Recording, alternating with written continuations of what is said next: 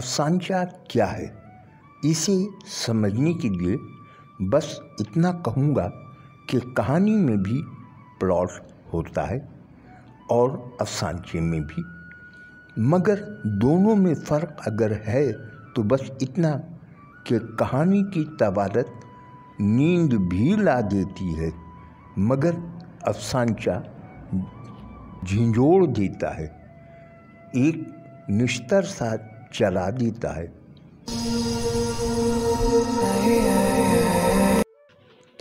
اقبال نیازی مجیزی قلمکار ہیں، بڑی خوبصورت افسانے، افسانچے اور کہانیاں لکھتے ہیں۔ ان کا افسانچہ سنتے ہیں، عنوان ہے فوکس۔ خوبصورت گلیمرس نوجوان کھلاڑی کی ماں نے اخبار والوں اور چینل والوں کو انٹرویو دیتے ہوئے انکشاف کیا، میری بیٹی تو عبادت گزار بھی ہے، 5 وقتہ نمازی ہے۔ دوسرے دن سوشل میڈیا پر پیغامات کی جھڑی لگ گئی، تو آپ کی لڑکی برہنہ ٹانگوں اور جانگھوں کے ساتھ کورٹ میں کیوں اترتی ہے؟ باپ نے بھی جواب میں ٹویٹ کیا، آپ اس کا کھیل دیکھیے نا، اس کی برہنہ ٹانگیں کیوں دیکھتے ہیں؟ اور آدم سوچ رہا تھا کہ ماں اگر بیٹی کے نمازی ہونے کی بات نہ کرتی، لوگوں کی نظریں نوجوان کھلاڑی کی برہنہ ٹانگوں پر نہیں جاتی۔ ڈاکٹر رفیق شاہ کا افسانچہ سنتے ہیں، نصیحت۔ ان کی بہنیں اور بہنوئی و دیگر اقربا 2 دن قبل سے شادی کی خوشیوں کا لطف اٹھانے پہنچ چکے تھے۔ لگ بھگ 800 باراتیوں کا کھانا کھلانا طے تھا۔ جہیز میں دیے جانے والے بڑے بڑے سامان پیک کر کے ایک جانب بڑے سلیقے سے رکھے ہوئے تھے۔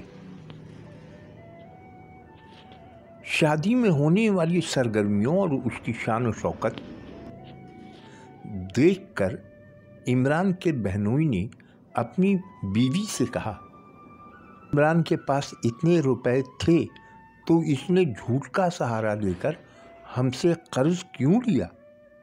ادھر دوسری جانب عمران گھبرایا ہوا سا اپنی بیوی سے کہہ رہا تھا، کیسے اتار پائیں گے ہم یہ سارے قرض؟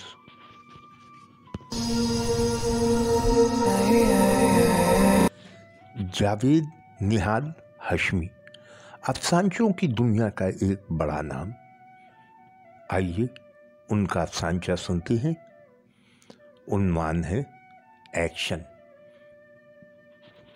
ٹیوب ویل سے ایک گلاس میں پانی بھرنے کے بعد بھکاری نے قریب ہی ایک طرف بیٹھ کر اپنے تھیلے سے بریڈ کا ایک پیکٹ نکالا اور اسے کھول کر کھانا شروع ہی کیا تھا کہ ایک بوڑھا بھکاری جو للچائی ہوئی نظروں سے بریڈ کے پیکٹ کو دیکھ رہا تھا بریڈ پر جھپٹ پڑا، مگر پہلے بھکاری نے بھی اتنی ہی پھرتی سے اس کا ہاتھ پکڑ لیا، پھر دونوں گتھم گتھا ہو گئے۔ بریڈ چھیننے کے ساتھ ساتھ وہ ایک دوسرے کو بھموڑ بھی رہے تھے۔ حیرت انگیز طور پر بوڑھا بھکاری بریڈ چھین کر بھاگ نکلا۔ پہلا بھکاری وہیں کھڑا اسے چیخ چیخ کر گالیاں دینے لگا۔ کٹ کٹ، ڈائریکٹر کی آواز پر اس نے گالیاں دینا بند کی اور آ کر کرسی پر بیٹھ گیا۔ بوڑھا بھکاری بھی رک کر واپس لوٹ رہا تھا۔